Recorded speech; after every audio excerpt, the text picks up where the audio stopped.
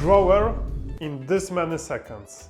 In Grower we got 3 different decks: resources, harvests and items. You start your gameplay by preparing the decks. You need 3 item cards to be visible. Each player is starting with 4 different resources. You need all 4 of them. You need soil, seed, light and water in order to draw a card from a harvest deck. You need to throw them away. You can draw small plant, which is 1 point, big plant, which is 2 points, or permanent resources. If you are playing veggies, you can draw also 1 point, which is a veggie, 2 points, which is some fruit, or exact same well with a different logos. In order to win, you need to collect 5 points. It will take you some time, so you can spend your points meanwhile to buy some items, which will then speed you up. Anytime during your turn, you can spend your points. You can either spend 1 point and then you can choose between those 4 cards, but if you spend 2 points, you can take all of the cards to consideration. Fertilizers. Artificial and natural. Whenever opponent on your right or on your left is planting, then you are drawing additional resource. pH meter, aka Joker. In this situation, where I am missing a soil, nothing to do. But with Joker, I still need to pay 4 different resources, but one of them can be doubled. With spray, during your planting, you may take additional card and choose one of them, but you need to discard the other one.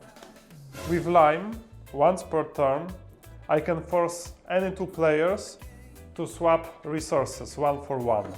In my situation, that's easy call because I'm missing a soil and I'm good to plant. With bug spray, I can discard from each of a player either an item or permanent resource.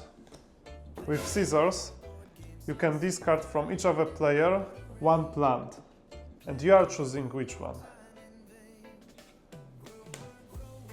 Granite can block permanently lime, and you can discard it when someone is trying to use a bug spray on your items or scissors on your plant. Each of the resources got the representation of the permanent resource card.